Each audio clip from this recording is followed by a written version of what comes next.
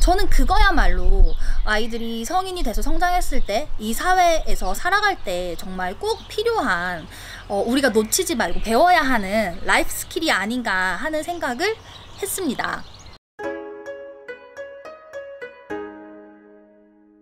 네, 안녕하세요.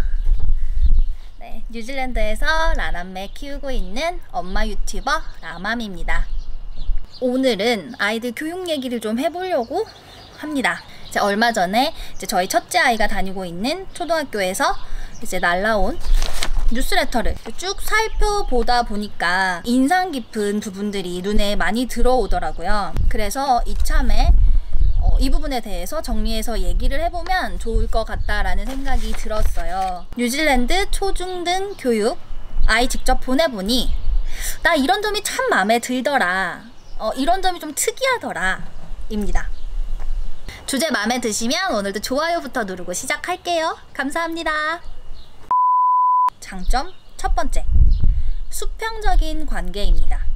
그러니까 처음 아이 학교에서 생활하는 모습을 보고 가장 새롭게 다가왔던 지점이 바로 선생님이나 상급생들을 부르는 호칭, 대하는 태도였어요. 일단 선생님을 선생님이라고 부르지 않습니다. 격식을 갖춰서 부르기는 하지만 이름을 불러요. 미시스 누구누구, 미스터 누구누구. 상급생을 부를 때도 당연히 형, 누나, 언니, 오빠, 선배 아니고 그냥 이름을 부릅니다.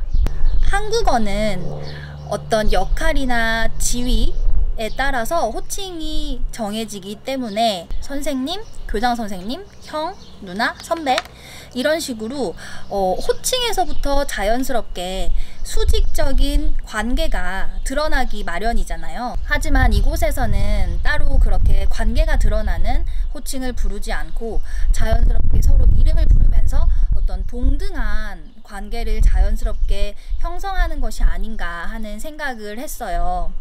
그렇기 때문에 아이들이 학교라는 첫 번째 사회생활을 시작할 때 수직적인 조직 문화 안에서 주눅 들지 않고 윗사람 앞에서도 선생님 앞에서도 자연스럽게 자신의 의견을 말할 수 있고 질문도 많이 편하게 할 수 있고 자신감을 키울 수 있지 않나 그런 생각이 들었습니다.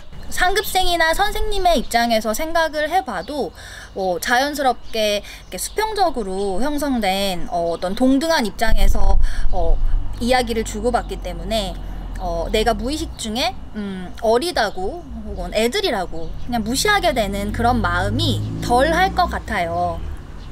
이렇게 나이나 지위에 상관없이 서로 존중할 수 있는 문화, 좋지 않나요?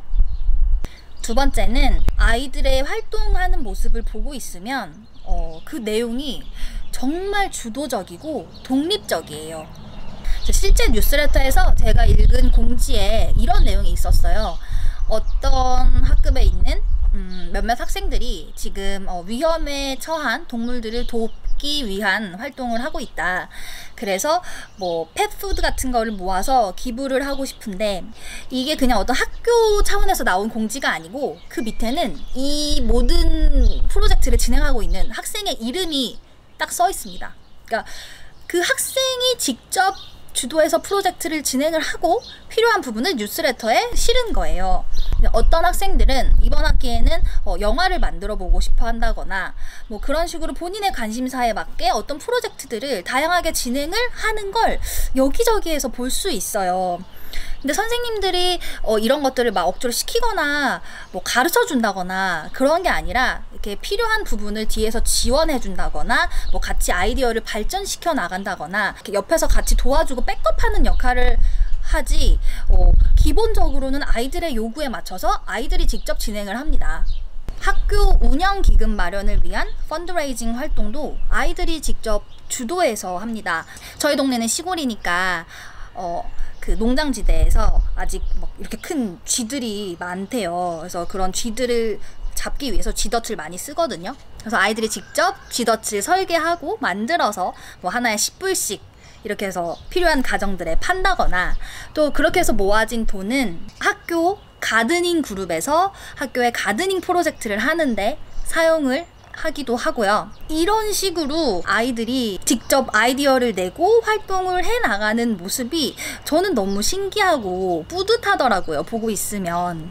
세 번째, 공동체의 가치를 추구하는 교육이라는 점입니다. 이런 많은 주도적인 활동들이 가지는 또 한 가지의 특징은 나라는 좁은 의미에 국한된 활동들을 벗어나서 공동체의 가치를 추구하는 활동들이라는 생각이 들었어요. 학교 기금 마련, 동물 복지를 위한 활동, 학교의 가드닝 프로젝트, 이 모든 것들이 사실은 공동선을 쫓는 활동들이잖아요. 그러니까 어려서부터 자연스럽게 커뮤니티나 공동체의 가치를 쫓는 활동들을 그것도 혼자 하는 게 아니라 팀을 이뤄서 그룹 활동을 자연스럽게 이끌어 나가는 모습이 저는 그거야말로 아이들이 성인이 돼서 성장했을 때 이 사회에서 살아갈 때 정말 꼭 필요한 우리가 놓치지 말고 배워야 하는 라이프 스킬이 아닌가 하는 생각을 했습니다.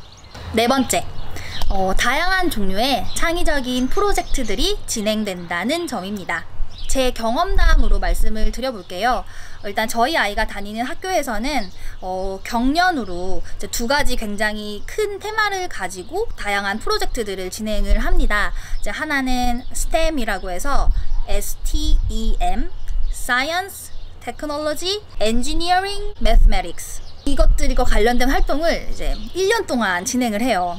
그래서 연말에 모든 결과물들을 각 학급마다 이제 전시를 크게 하는데요. 이제 한국 나이로 9살, 10살 정도 되는 아이들이 진행한 프로젝트였는데 이제 학교 곳곳에 자기들이 보고 직접 설계한 트랩들을 설치를 해놓고 거기에 이제 그 색소 물감을 뿌려놓은 거예요. 그래서 이제 거기를 이제 지나가면서 어떤 종류의 동물들이 우리 학교에서 서식하고 있는지 그런 것들을 발자국을 통해서 추리해 나가는 그런 활동도 있었고요. 그리고 그 다음 해에는 모아 어워즈라고 해서 일종의 예술제를 하거든요. 사진, 영화, 뮤직비디오, 비디오 아트, 게임이나 어플리케이션처럼 이런 현 시대 상황에 맞는 그런 창의적이고 예술적인 작품들을 아이들이 1년 동안 또 프로젝트로 진행을 하고요. 연말에는 좋은 작품들을 골라서 시상식도 가집니다. 근데 이 시상식을 진짜 영화제처럼 해요. 진짜 멋지게.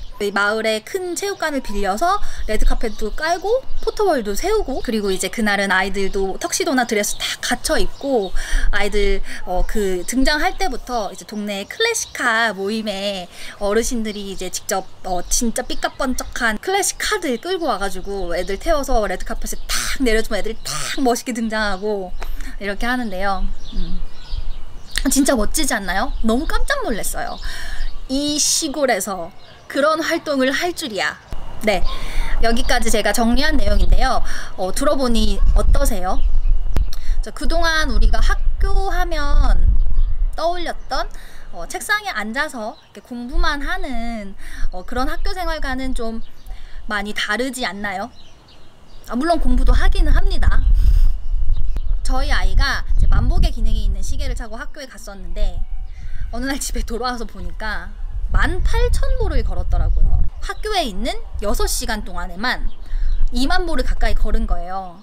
그러니까 아이가 학교에서 얼마나 요리조리 다니면서 적극적으로 활동을 하고 있나, 그런 거를 보여주는 증거가 아니었나 싶습니다. 그러니까 아이들이 좋은 환경에서 행복하게 교육받는 모습을 보면 또 힘든 이민 생활을 또 견뎌낼 수 있는 힘이 되기도 하는 것 같아요. 궁금한 거 있으시면 댓글 남겨주시고요. 좋아요, 구독 잊지 마시고 다음에 또 좋은 컨텐츠로 찾아오겠습니다. 라맘이었습니다.